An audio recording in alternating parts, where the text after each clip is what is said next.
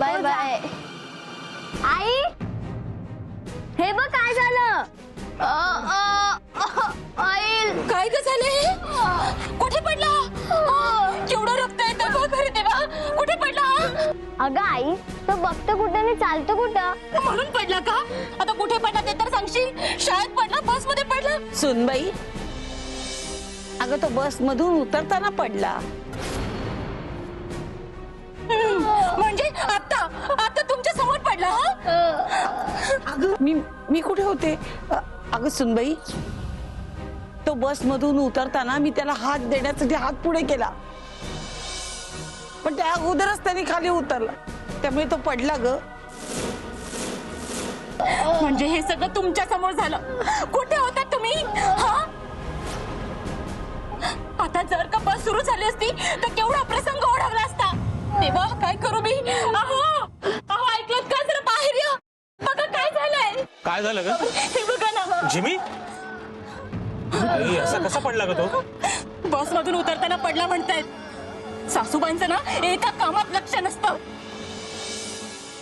अहो, जर मुलांना सोडायला आणायचं काम तुम्हाला आवडलं नव्हतं तर सांगायचं होतं. मी का तुमच्यावर जबरदस्ती केली होती? ऐक, आई असं कसं पाडलंस ग तू जिमीला? मोहन, काय बोलतेस तू हे? अरे मी जिमीला पाडलं? अरे ही दोन नातवंड म्हणजे माझा जीव की प्राण आहे. हे माझे दोन डोळे आहेत आणि तू म्हणतोस मी त्याला पाडलं? मी नुसतं तोंडाने म्हटलं की जीव प्राण होत नसतो. त्यासाठी कृतीही करावी लागते.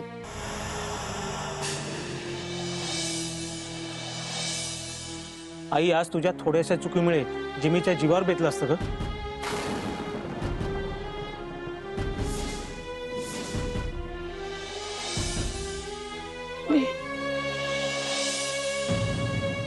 आई बाबा तुम्ही आजीला का बोलताय?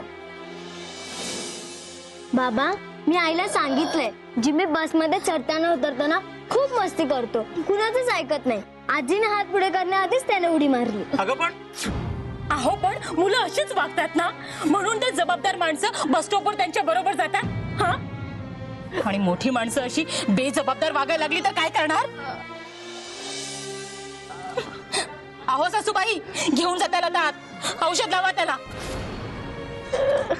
सांभाळ.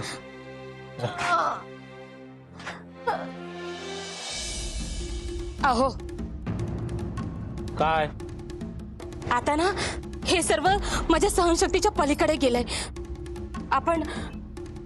आपण तुमच्या आईला वृद्धाश्रमात ठेवूया. म्हणजे काय म्हणजे? मी अगदी सरळ भाषेत तुम्हाला सांगते.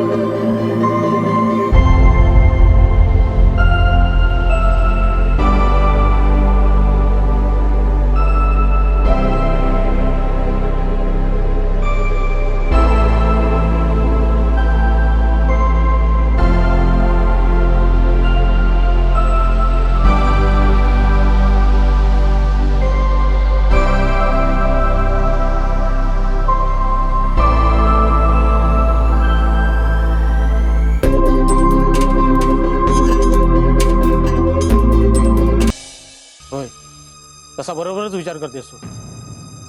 आणि बघ ना, 4 शब्द सुद्धा दिवसभरात मला आईबरोबर बोलता येत नाहीत. आणि वृद्धाश्रमात राहिली तर तिच्या बरोबरची माणसं असतील, निदान तिचा वेळ तरी नक्की जाईल. अहो तेच तर म्हणते मी, महिन्यातून एकदा आपण त्यांना भेटायला जाऊ, त्यांनाही आनंद होईल आणि आपल्यालाही आउटिंगसाठी एक जागा होईल. ठीक आहे तू म्हणतेस ते. अगं पण त्यासाठी मला अगोदर सगळी माहिती काढायला हवी. म्हणजे वृद्धाश्रम कुठे आहे, तिची फी किती आहे, आपल्याला किती खर्च येईल, आणि सर्वात महत्वाचं म्हणजे आईला तिथे सगळी सोय व्यवस्थित होईल की नाही. त्याची काळजी तुम्हाला नको, पनवेलजवळ एक वृद्धाश्रम आहे, मला माहित आहे. आईंची पूर्ण काळजी घेतील ते. छान छान, किती चांगली सुनबाई आई. बघा किती काळजी घेते सासूबाईची ती.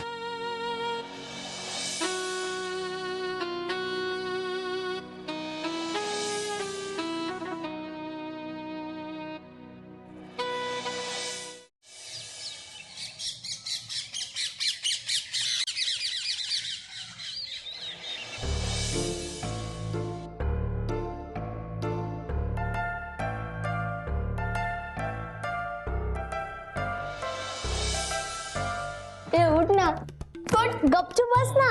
चल ना, आपण पकडापकडी खेळूया. चल ना. मला नाही खेळायचं. चल ना ग माझ्यावर खेळायला, मला कंटाळा आलाय. पकड ना ग मला. तुला कळत कसं नाही, घरात कसं पकडापकडी खेळणार. आणि बाहेर त्याला मनाई केली आहे. बघ माझ्या गुडघ्याला अजून पट्टी बांधलेली आहे. मग तू गप्पा बैस एका जागेवर. परवा तुझ्यामुळेच आई बाबा आजीला ओरडले, मला फार वाईट वाटलं. काय स्वीटी, काय चाललंय? आणि जिम्मी, तुझा पाय कसा आहे आता? अरे बजरंगा, तुला माहितीये मी पडलो ते? मला बरोबर माहिती तू पडलास ते. अरे मित्रा, इतकी मस्ती कशाला करतोस? मला मज्जा वाटते मस्ती करायला. बघ ना बजरंगा, हा किती मस्ती करतो. त्या दिवशी बसमधून उतरायला गेला आणि पडला. अगं स्वीटी, मुलांनी मस्ती करायची असते, अगं पडायचं पण असतं. त्याशिवाय मुलं कशी मोठी होणार? पण मम्मी पप्पा आजीला उगीच बोलले ना. ते जाऊ दे, ते फार महत्वाचं नाहीये.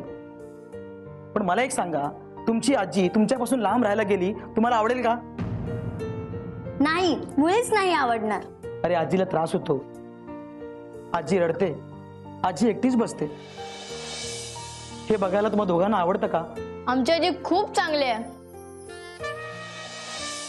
आमची आजी छान छान गोष्ट सांगते.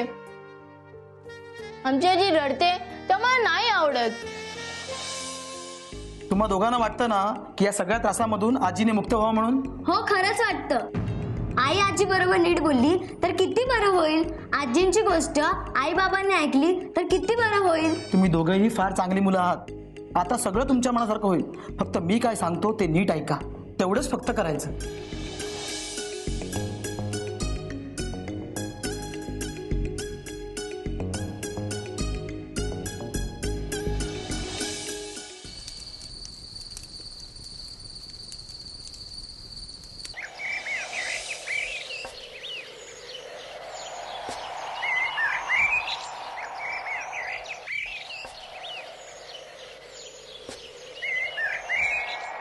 श्री राम जय राम जय जय राम. श्री राम जय राम जय जय राम. श्री राम जय राम जय जय राम. श्री राम जय राम जय जय राम. बजरंगाची कमाल हो, बजरंगाची कमाल.